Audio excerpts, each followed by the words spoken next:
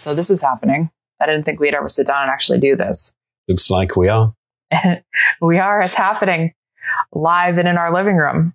In the same room, which Yes. doesn't happen very often either. I've never done this live before in the same room, so it's a little weird. We also have a cat here today, people. She might purr. So I'm sorry if you hear that on the audio, but I'm also not sorry. Usually we've got 2 floors between us. That's true. And we've met on the second. So we're meeting in the middle. Meeting in the middle. This is very exciting.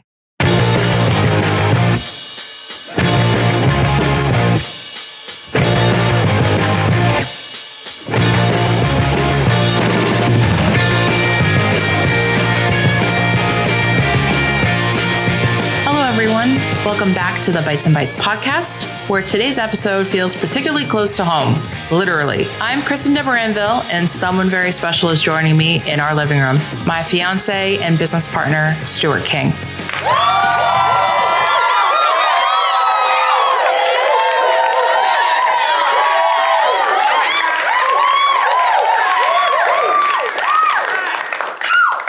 Together, we navigate the intriguing world of cybersecurity in the food industry. We'll share personal stories and professional insights from our adventures in various manufacturing environments and our work with AnzenOT, our tool designed to streamline risk assessments. As we chatted, my cat Kai was in my lap the entire time, ensuring that she was the center of attention. So please make yourself comfortable or enjoy your drive or even your workout. And let's begin this personal journey into cybersecurity risk in the food industry.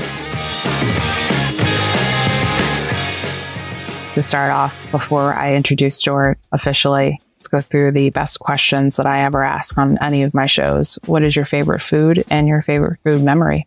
Favorite food, absolute easy one. I love Indian food. I love hot, spicy Indian curries. Been my favorite food for years, and I'm totally addicted to it. Yeah, you are. That's for sure. Favorite food memory? Well, I mean, so many to choose from. I mean, some of them have been with us together. I think one of the ones that definitely comes to mind, I think, is from our travels together on our travels over in the Far East. I think some of my personal favorite food memories have been there. One of them actually relates to one of the jobs that we were doing together I think it was at a factory in Malaysia, where we went to get lunch and found that lunch had actually been brought in for us. It was all home-cooked food from some people in the factory. Was that when it was also a holiday for them as well? Like this one you were thinking of? It may have been that one. When they were going through like all the different food and telling us what it was and what it was made out of. Oh, that was brilliant because I was so worried I was going to have banana. I'm allergic to banana. You don't know this, listeners, but yeah, it's a struggle sometimes, especially when you're traveling. Yeah, I think both of us felt very privileged that people had gone to that trouble, for us. And we weren't there to make anyone's lives easier. We were there doing a factory security audit. But, these people had sort of brought in their homemade food and laid it all out for us. And we were the special guests. I remember kind of fighting back tears a little bit because it was that impactful that they were so excited to share this food with us. And I don't remember I remember that food being so amazing and delicious. And it was just amazing that they did that all week for us too. In fact, I think we had like cookies and stuff that were brought in the next day, and people were so excited about what we liked. They brought back in that food that we liked more. I don't think I've ever had such loving food. It was so amazing. I will never forget that too. I'm glad that you brought that up. I was expecting you to say something like a restaurant we went to, but no, you brought up like this like sentimental factory moment, which is brilliant. Well, yeah. I mean, there were lots. I mean, we had so much great food on our travels around, Japan and Singapore, some of the places that we went to sort of come to mind. I mean, and some of these weren't even planned. We just sort of like ended up and wherever we were eating whatever it was at the time, mainly out of desperation or hangriness. But, some of them were planned, obviously. And then others were just on the whim. We won't ever forget the ice cream coming out of the Atomic Bomb Museum in Nagasaki with that woman who was just so smiley and made like a little flower on my ice cream as I'm weeping at the cart because the museum was so intense. Yes. Have a tour around images of genocide, and now have an ice cream. I mean, I felt like it was kind of the only way I was going to get through that. And also, you know, couldn't find a place that was open because there's some type of holiday. And we ended up at this like amazing steak place in, I think it was in Nagoya. No, was it Nagoya or Nagasaki? I think it was Nagasaki. I don't know. I don't remember. Yes, it was Nagasaki because we had to walk through the Chinatown. I will never forget that because that steak was amazing and all the different things. I think it was like supposed to be like a hibachi grill for like parties and stuff, but we didn't get that experience because we were just two people. Yeah, that's the trip. We turned up at the factory and everyone had conveniently forgotten that you were going to be... and also that I was a woman, which was quite shocking to them as well. Since my name is Kristin, a lot of people think it's Christian, and I am a man. I am not a man. And that ends up causing quite a bit of drama. Obviously, drama just seems to follow me around whenever I'm in these places, which is not my fault. I just exist, and thus there is drama. Anyway, Stuart, thanks for the memories. I'm sure we'll have more of them as we talk. Go ahead and introduce yourself to everybody that's listening who doesn't know you by now. I'm Stuart King. I'm a cybersecurity, OT security professional. I've been in the industry for, many years, going back 25, maybe nearly 30 years now. I think it's like 30, but I'm not counting for you. Yeah. I started off in the Royal Air Force, where I sort of learned a lot about sort of software development, programming and networking. Coming out of the Air Force as a programmer, eventually sort of found my interests sort of veering more towards the security, the application security side of things, as sort of the internet became the dominating environment, for development work. I found a skill in being able to do some vulnerability and pen testing on, web applications. I forgot that you pen tested earlier in your career. Yeah. Joined a big organization, the Reed Elsevier Group, or RELX as they are now known. In fact, when I first applied for that job, they turned me down. Yeah. I know that. Yeah, and because it was a job I really, really wanted at the time, and I sent an email to the CISO.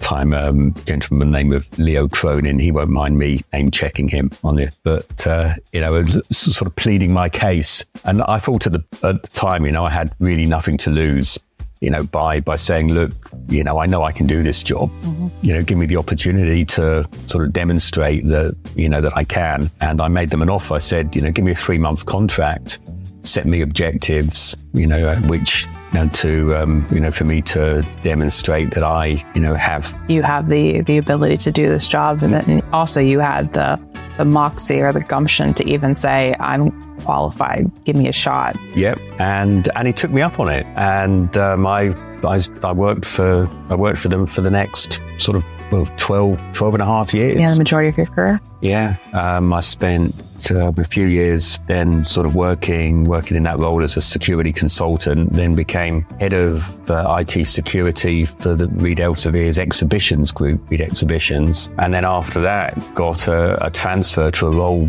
over here in the US. I'd been working in London and was invited to take up a position here in the US as the head of security assurance. And I spent the next 6 years doing that. I suppose for the listeners, he actually means he worked in London, like downtown, not like London as in you don't know what anything is in the UK. He actually worked in London.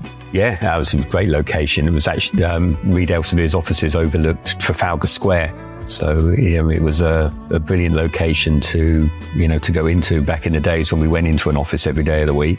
A lot of people still do that. But then out of that role, I sort of subsequently sort of found my way working, in more sort of OT focused roles. Ended up working for the same company that you were working for.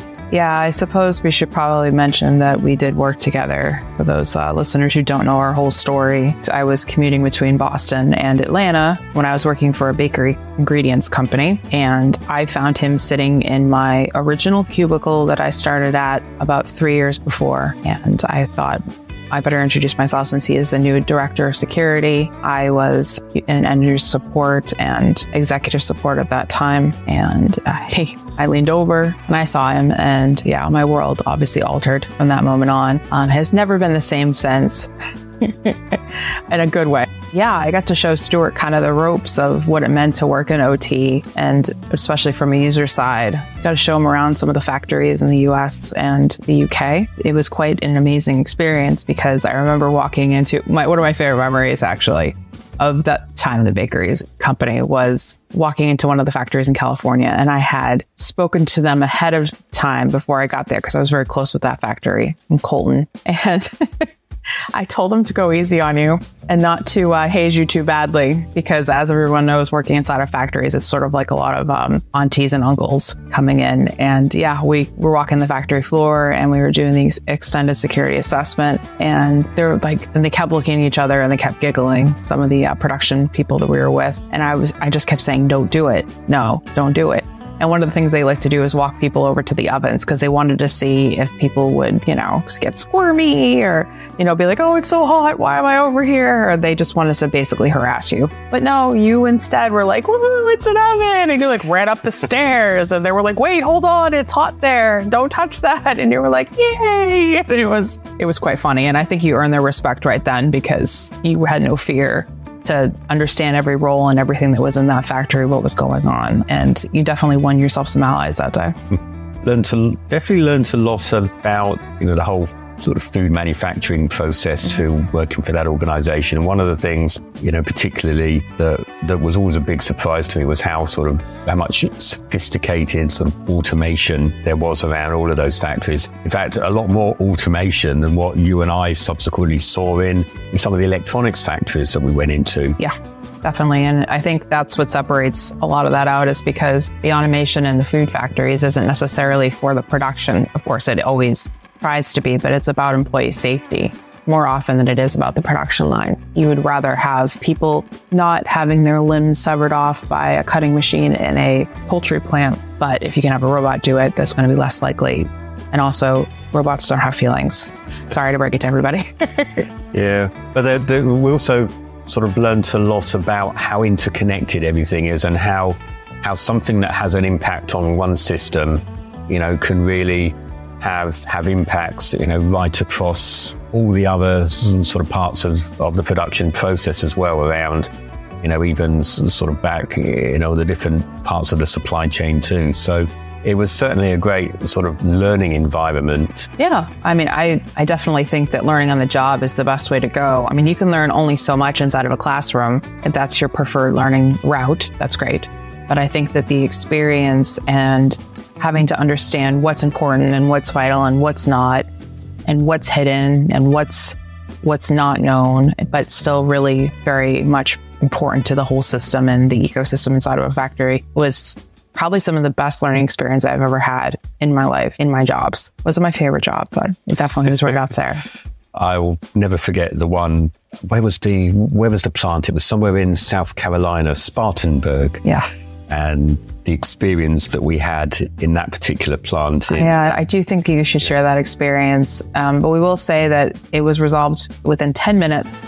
So as you're hearing this story, I'm sure some of you are going to cringe, but it was resolved in 10 minutes. So go ahead, Stuart. So one of the things that we liked to do as part of the factory, sort of what we called them at the time, extended security assessment. Well, we still do this to this day, actually. It's not just what we like to do then. We still do that now. Was, take a look inside the server rooms. Server rooms, data centers, or, in some places it was, nothing more than a closet. Inside of a woman's room. Next to the there was that one, yeah. But at this particular factory, we walked into the server room and it was just an absolute jungle of cabling. Rat's nest is not even, that doesn't even describe it. It was appallingly bad. And I remember I was trying to identify what the machine was that was sort of, it was like hidden behind a load of cabling, and moved some cables a little bit to see if I could see what the label was in front of the device, whether it was a server or a switch or a firewall. We just could not see what it was at all. But while I was doing that, we started hearing from outside the room that there was an outage. No, that's not how it happened. There was a knock on the door and they grabbed me immediately because they knew that I knew all about the systems and stuff, and said, hey, we have an SAP outage. They didn't even make a connection that the network was down yet or the internet was down. They just knew that the ERP system went down. And I was like, oh yeah, let me check on that. I had a feeling you did something, but I didn't, obviously wasn't going to throw my boss under the bus at that time. I just took the beating for it. So I quickly called the help desk and was like, hey, are you guys noticing there's an outage over here? And then I got one of the network guys on the phone and they said, yeah, you guys are down. What's going on? And I said, Stuart put his hand in the server room. And then I remember the director of networking said, do not let Stuart touch anything. So thankfully you figured out that you hit a switch and just re-hit it within like 10-minute block. And it didn't halt production. We were fine. Yeah. But that's really scary that there was one switch that could kill the entire production area. Just when I'd been moving the cables, it had just leant on a power button and, turned something off that should have been on. Yeah, obviously that was marked as a critical priority in our risk assessment report. And also, I think we did tell the networking team, so they went down and they fixed that eventually. Because I think what scared me was that it was that power adapter that was connected to the core switch for the whole facility. Why? Like, nobody understood why. And this is still the reality of what people are dealing with inside of some of these production factories, is there's one power adapter or power cable or an extender that's connected to everything. And it could be taken down at any moment, which is terrifying. Oh yeah. I mean, we used to joke about it, about how easy it would be just to switch things off. Yes. So we wouldn't cry about it because it was that scary. Mm-hmm. And I think about some of the other critical infrastructures that are out there and thinking it's probably very similar in some respects. And as we've talked with some of our other OT, ICS colleagues, But what's interesting is the contrast between, the neglect you would sometimes see around the technology infrastructure, but the absolute care taken around the production itself. That's true. But that was because of food safety and food security. Mm-hmm. It wasn't about our tech. It was about making sure the food was protected and safe for ingestion going out, which makes total sense in the long run. Why would the two be intertwined? But now they are, because there's so much digital around these lines. Yes, there is. I mean, everything's now network connected. I mean, even those ovens were, controlled, from an HMI, somewhere or a workstation. They loaded in a plant dashboard in the time frame that you worked there as well. I don't think they actually finished the project till after you left, but they had these plant viewed, like one pane of glass things, which are super popular. And I don't disagree that that's needed, but they are connected to IoT devices. They are connected to the internet. They are very much the vital chart of the facility. And a lot of that doesn't have, in my opinion, the right protection around it. At the time, I believe that one didn't even have two-factor authentication connected on it. And I believe you and I both put up a stink on that about it. And I think people were irritated that it was going to take time away from production because they had to enter in their, 6-digit passcode or whatever it was. I'm sure there was some type of middle ground that was met, but you and I were long gone by then already in electronic factories. Yeah, but this, that's another thing that, people also need to be aware of as well, because it's easy to sort of walk into a place and spot all of the sort of, so to speak, deficiencies in the way that the technology is set up and configured, and a lot of time, and we've seen this everywhere where we've been as well, which is, somebody from, a corporate office, will come along with a policy in their hand and say, you've got to have something, this configured in a certain way and that set up in a certain way, without really having any notion of what that means for the people who are trying to get, production runs completed. It's like the parent, telling the kid, like, you need to do this. And the kid goes, why? And you're like, because I told you so. Yeah. It's exactly what it is.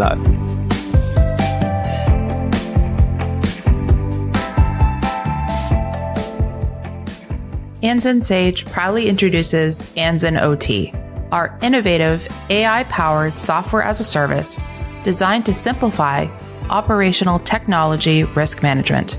AnzenOT streamlines how organizations assess and manage cybersecurity risks in their OT environments by leveraging AI insights. AnzenOT empowers businesses to conduct comprehensive risk assessments efficiently and ensuring compliance and security without costly third-party evaluations. Ready to transform your OT risk management approach?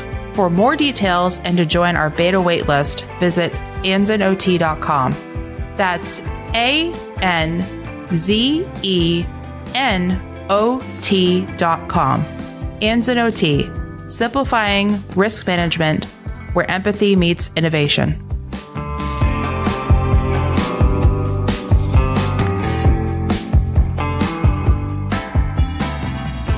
It's like, in environments, it's easy to set a policy that a workstation, times out after, so many minutes of not being used, and then, expecting somebody to put in a password to unlock it. But, take into account that maybe the people in that environment are wearing thick gloves for protection, and do they then have to deglove and, put their password in like that every 5 minutes? Well, aren't we in a semiconductor factory and they had biometrics for their eyes on something, and the workers were complaining that they couldn't use it because they wear goggles and it throws the sensor off when they use it, and they can't lift it because of the environment that they're in as a clean room. So if you lift your goggles, you could expose the environment to your eyelashes or whatever other particles could fall off your eyes. I think knowing your environment and understanding what it is super important. And that was something that was really frustrating, is dealing with a company that kept forgetting it was a manufacturing company. The 53% of its revenue came from there. And yet they were so focused on their entertainment aspect, which is not necessarily a bad thing. But when you go to talk to them about how, hey, we're actually a manufacturing company, and yes, we are creating things that could disrupt the environments around these factories, that always bothered me, is people forget what they're actually serving and protecting. It becomes very siloed. And somebody once said, silos of excellence, because they're trying to paint a little bit more of a positive light on it. And it's frustrating because we have to now become almost politicians in a way. And that's a lot of what cybersecurity can be sometimes, is trying to win hearts and minds and kiss some babies to get people to realize that this is important. You need to pay attention to it. Well, I think there's a lot of truth in that. I think this is also something that people, get wrong when they talk about the convergence as well. Between the bingo card between word. IT and OT. By convergence, I think people think that you're talking about that the important thing is having unified policies and procedures. But it really means having an empathy for how people need to get their jobs done. More than anything else, and being able to work within whatever constraints that you have within a particular environment, whether it be a food manufacturing plant or an electronics plant. It's true. And I think that's how we tried to do the extended security assessments, is with a people process thought in mind rather than just a policy security controls in mind. I think it becomes very sterile if you only focus on the security controls rather than how people interact with them and what kind of processes are around them. Because you and I both saw people circumvent security, like in real time in front of us while we were standing there at a security assessment. And then other times they would break security protocols or controls. And I think people who didn't have an understanding of people process inside of these facilities would have been freaking out. Example I always go back to is the dummy scanners with the passwords that were on the computers. It was a media factory, so CDs, DVDs, that kind of stuff. And they had barcoded passwords that were next to the terminals that they just picked up a dummy scanner, just like a scanner you'd scan groceries with, and scan it and the computer would unlock. I think that works great for a production floor. And then people are like, well, what if someone took a picture of the barcode? Nobody's going to take a picture of the barcode because phones are banned inside those facilities because it's a media factory. So it works in that regard. But would that work in a food plant? Probably not. Not necessarily, because again, these little devices are required in certain places. I mean, food safety uses mobile devices and cell phones to, scrape the side of eggs and test them for salmonella and stuff, and then stick it in a little device that sticks in the bottom of the phone. That wouldn't necessarily work. But I think it's about understanding the environment, understanding what the need is. And that's what's really important. And that's how we try to do the assessments.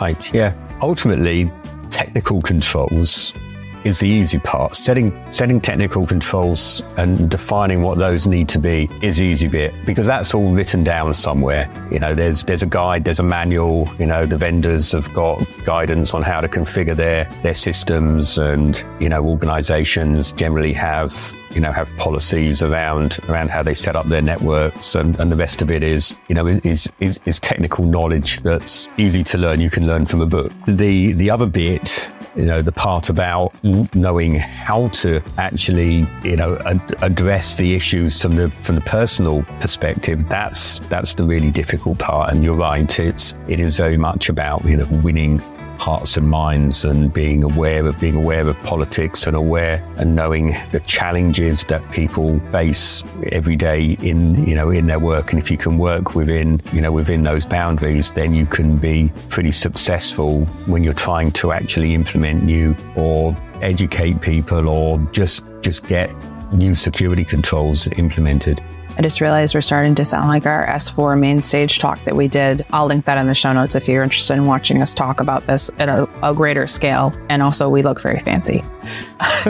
Well, we managed to finish our 30-minute presentation in 15 minutes. Yes, because we are efficient at that.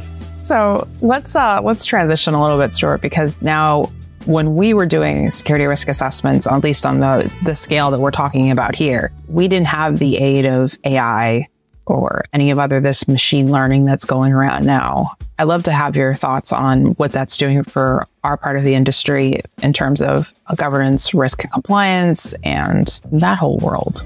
So I think a lot of the way to do an efficient risk assessment really hasn't changed. All that's changed is that there are now tools that put different spin on the results that some of the devices and solutions that different organizations are implementing now. There's more intelligence around things like risk scoring, and obviously there's threat management and anomaly detection solutions out there now which pull a lot more sort of vulnerability data about things like field devices, straight off their network, and, present more intelligence around scoring and vulnerability information and all of the things that have been sort of common on, or say, normal IT networks, for years. Now that's solutions out there, especially being developed for OT networks, where AI is now able to be useful, my opinion anyway, is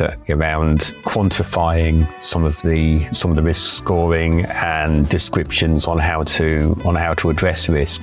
So if you can get a good perspective on the outcomes and consequences of a particular scenario, and if you can tie that into a specific type of facility and where that facility is and the type of production that's going on there, regardless of whether it's a food manufacturing plant or an oil refinery. But now you can use AI to say, well, given this particular scenario, and given the perspective on the effectiveness of the security controls that are there, this is a scenario that actually need to manage the risk of, or it's a scenario that you really don't need to be particularly concerned about because there's an extremely sort of unlikelihood of it happening. And that's what we've been busy building over the last few months in the application that we've developed. Yeah, and I think we need to just roll it back just a bit and say that AI isn't the answer; it's a tool, and we understand that it's a facilitator to help make better decisions. You still can't take it for base value. You cannot Google on AI search engines yet. That's not a thing. Please do your research. I want to put that disclaimer up because I know a lot of people get kind of twitchy about that and probably will continue.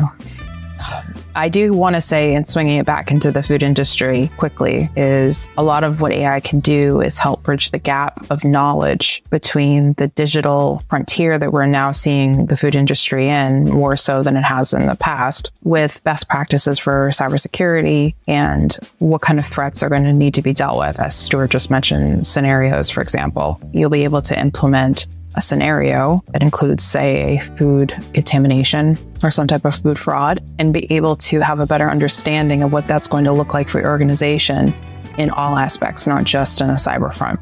Yeah, one of the things that I really wanted, and one of the things I set out to achieve was to really lower the barrier of entry for organizations to be able to sort of complete, and do some of these sort of complex OT risk assessments.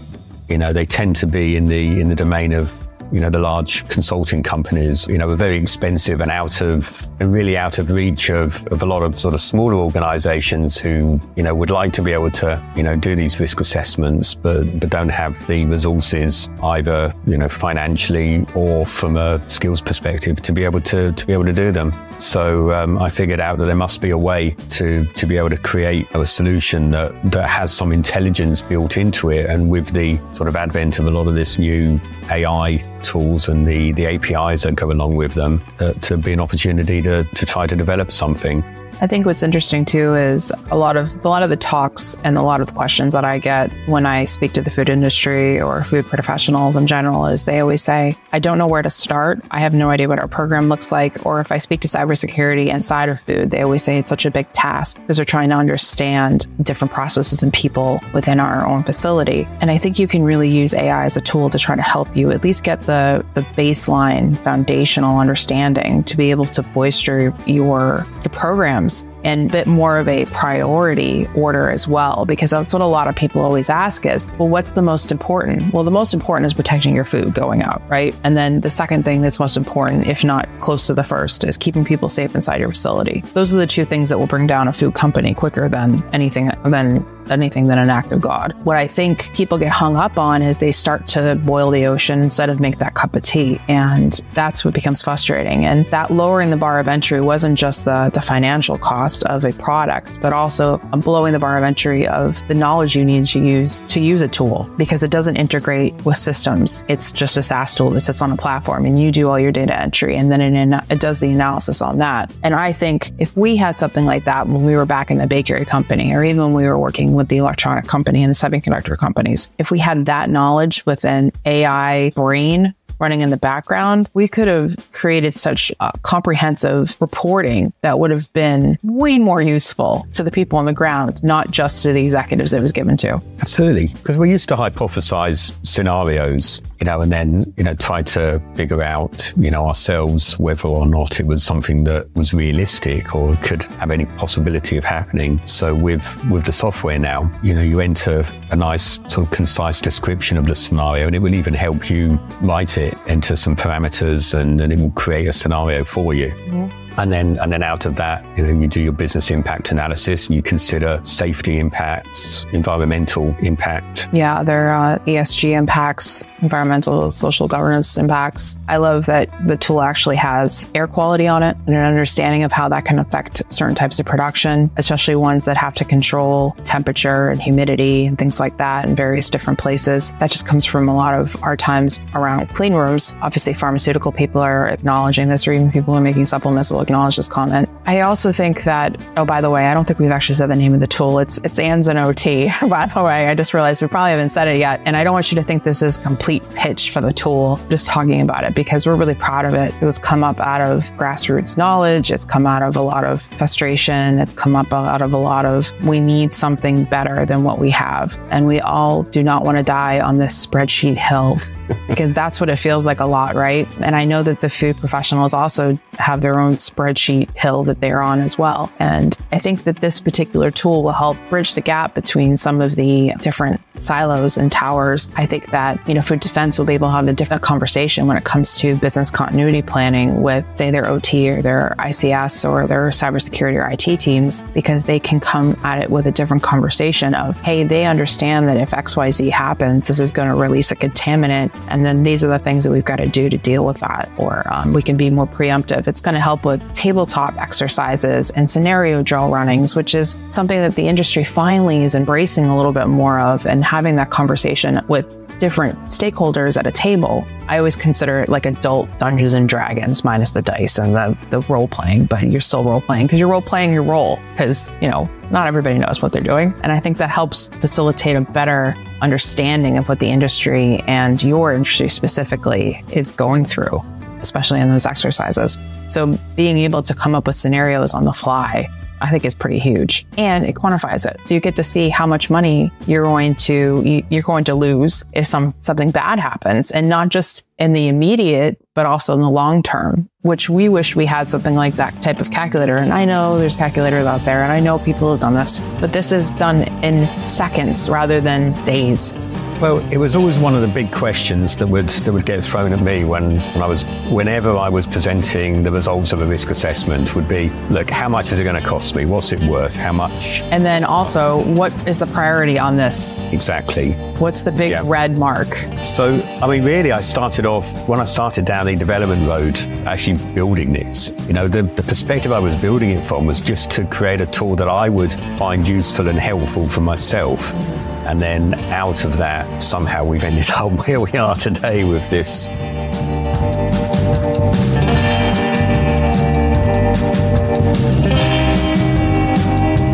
Thank you all for tuning in and being such an engaging audience. I'm excited to announce that Bytes and Bytes podcast merch shop is officially open. Yay! We have a great selection of items, including aprons, t-shirts, sweatshirts, hats, and so much more, all designed with the listeners in mind. You can find all these and more on our podcast website. Just click the link in the show notes. And I also really love hearing from you. Your thoughts and suggestions always make the show even better. I've included a meeting scheduler link in the show notes so you can meet me and share your tips and discuss the show in person via the web. Additionally, we have a new audience survey. It only takes a few minutes of your time, but it would greatly help our content creation and make the show even better. Thank you all so much for your attention and participation. Yay! You'll find this link to the survey in the show notes. Now back to my conversation with Stuart. Yeah, and I think it actually works out really well because, I spent the last X amount of time so focused on the food industry and how do I serve them better? How do I provide a way for them to become more resilient? Because that's really what we're trying to do. We're not trying to solve all the cyber problems. Again, that would be boiling the ocean. We're just trying to help companies become resilient so they can survive the cyber attack when it hits, because it's going to happen. It's not an if, it's a when thing now. And everybody keeps saying that, but I don't think people realize how serious we are when we say that. It's going to happen, but are you going to make it through? And if you're a small to mid-sized company, which is obviously where we're trying to help the most, that could completely take your organization to bankruptcy. Yeah. I mean, a lot of people that I talk to are all trying to address the same challenges, within their environments. And people struggle as well on how to present risk. So just recently, I've been working with a risk manager who's implemented a new one of the threat management solutions within the environments that he has to manage, and it gives him a risk score, and it's a number, and that number is supposed to represent the level of risk that's from vulnerabilities within his environment. We love to number things as humans. Yeah. I was just thinking about all the medical scales that are numbered and how you have to fall between these ranges, otherwise you're in big trouble. But what does if you're given a risk score of 55, which is roughly the number that this solution is currently reporting in this organization. 55, everybody would automatically think that's a failure. But is it? I mean, it's sort of somewhat medium, but what does that mean? Does that mean I've got to worry? What's the context? And what these solutions don't have is the whole context. They can identify a vulnerability, and a lot of the devices that they're seeing, the vulnerabilities they're picking up are not new. They've, in some cases, they've been there for years. But now that you've plugged in a solution that now can see the vulnerabilities, now you've got to worry about it because it's being reported. And you've spent a lot of money on buying this solution in the first place. So how do you show that that you're getting value for money? Well, you show getting value for money because you try to drive that risk score down and get that risk score as low as possible so that you can show that there's results. And there's a number of ways you can get that risk score down. I mean, some of that comes down to how you actually tune the device, because you can sort of, fool the system somewhat and say, well, actually, let's ignore some of these devices because, we'll take them out of scope. And that could be your way of, reducing your risk score. So is that kind of like shoving the skeletons back in the closet? A little bit.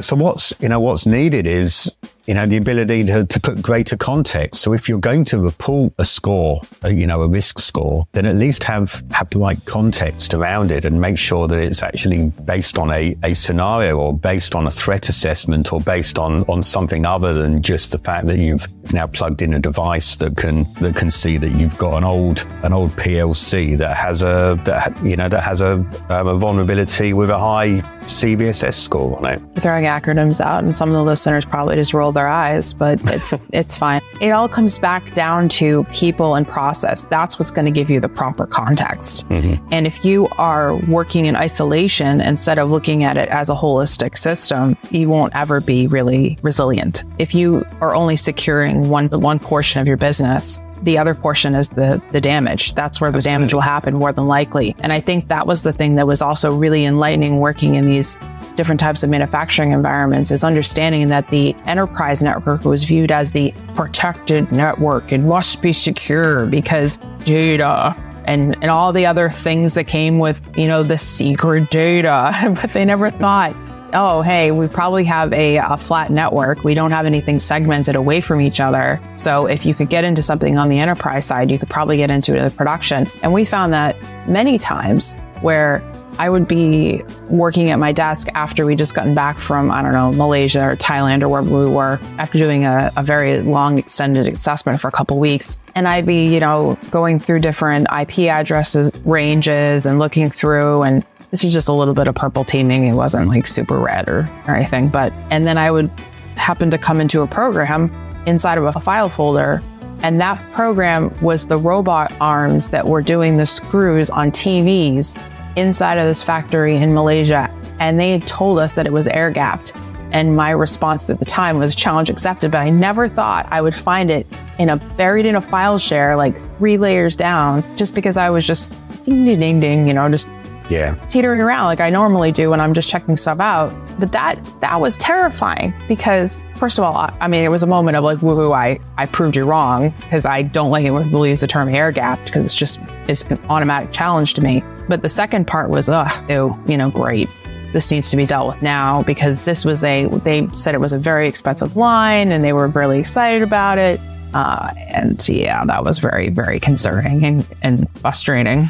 Well, a lot of things get lost in the complexity, don't they? Yeah. And, a lot of things are left open through firewalls and through file shares and other things. They don't even have the firewall configured because they think that having a firewall is compliance.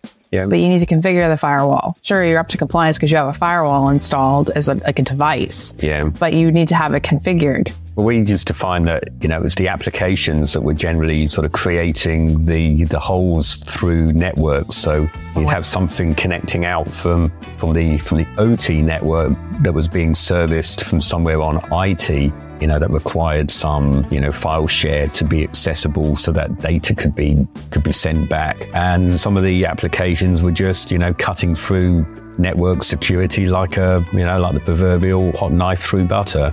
Or some of my favorite things where we walk in and then you'd say, well, what's that system up on the wall? And they'd be like, well, I don't know. And then you're like, what do you mean you don't know? There's a network cable in it. I'm like, I don't know. That's from such and such vendor. They monitor such and such. And we're like, wait, what? Does anybody have a record of this? Random machines. We found that though, just about every factory we'd ever stepped into, there was some random machine that nobody knew about that was connected to the internet that was pulling data outside, essentially. And that was hilarious. Well, people used to get very nervous because I would start peering in the gaps between machines and underneath them. And yes, you would do that, but then I would storm into a room that I wasn't supposed to be in, because to me, I was there to help them do their job, keep people safe, keep production running, and keep food healthy. So I didn't care what I had to do, as long as I was being respectful, of course. I wasn't being disrespectful. But, the little nuances of finding out that Wi-Fi signal didn't go through flour bags in a full warehouse, or those kind of like tribal knowledge you picked up as you went through. Like CCTV cameras will get coated with sugar. You won't be able to see out of them if you're in an ingredient. Also, the sugar dust is highly flammable. Didn't know that at the time. That was terrifying because I was constantly breathing that in. Or the fact that monkeys like to rip cables off of networking. It's another Asia. Networking IP cameras that were sitting outside factories. That was pretty fascinating. But that was a bonding moment with that team because I understand primates. And that was fun. But yeah, there's just so much. So we really created AnzenOT out of love for the industry and love for what we do, because we wanted to be able to make it easier for people to do their job and keep people safe and keep food safe and keep critical infrastructure safe, or whatever you were doing with it. So yeah, that's why we created it ultimately. And I'm very proud of it. I think you did a brilliant job with it. I have a lot of input. I still beat on it for you in terms of beta tester. Probably will always be, the beta tester for you, because I'm very happy to click on it like I'm a crazy user. Should also mention that AnzenOT, it uses a lot of AI on the back end, but I couldn't have made it without AI, because I came into this without having done any programming for like 20 years and had no idea even how to get started. And, using tools like ChatGPT, has, really helped me quickly be able to write code. If I was stuck on a problem, then, it's always been sort of quite easy to use AI tools. And that's how a lot of these AI tools are coming up so quickly, is because the ability to create is there and have creativity within it. And I think there's an AI tool just about for everything now in terms of products. Yeah, I think I've seen just about everything at this point. But the other thing that I love about it is how it can be used in practical application, like you've done for AnzenOT. And also it still uses it to help do the analysis and the quantification of the risk, and having that comprehensive risk score and have be a better understanding. It's not just about numbers and colors. It's about so much more of the context around the people in the process. But anyway, Stuart, thanks. I love reminiscing about our past life there together working. And now we're still working together, obviously, because we have this product and companies together. I want to thank our special co-host here, the cat, Kai, because she's been here and she's just sat there, hasn't she? No, she has not. I'm covered in hair. She's been all over me. And why do you think I'm sitting all the way off the cushion now? Because she is now fully on the cushion. But that's fine. This is cat mom life. #. Anyways, we are both going to be at RSA conference this year in May. We'll be there the 5th through the 9th. I'm also speaking on the 6th in the morning about legacy devices inside of operational technology environments. I'm on a panel with some other really amazing people. So if anybody is planning on going from the security world or the food world, please come find us, or feel free to message us prior, because we'd love to say hey and high five. And I'd love to know if you're a listener of the show. But if you're interested in any type of a demo of AnzenOT, that also can be arranged. I'll put everything in the show notes so you can look at it at your leisure. I've really enjoyed this conversation, Stuart. It's been a long time coming. We've been talking about it since the inception of the podcast, that I've needed to have you on, since we have the background in food, and we've really come through together in this world in such a different angle than I think most people have, but also very similar and very relatable, of course, as well. Do you want to say anything to sign us off in terms of what you see for the future? Any other little quirks of stories? No, this has been fun. I think I look forward to catching up with anybody who wants to talk at RSA. And obviously, if people want to reach out to me directly, then find me on LinkedIn or through Kristin. Well, it will be in the show notes, so people can just click on the link, which is really very convenient in this modern technology world that we live in. All right, everybody. Thanks for listening. Thanks for being here, Stuart. I mean, you do live here, so I appreciate you said it was easy to get here today. That's true. Yes. Yeah. All right. Till next time.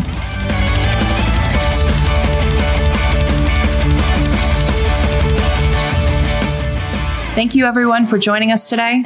Thank you to my guest and partner, Stuart, for sharing his expertise and experiences. We hope you found the discussion enlightening and valuable.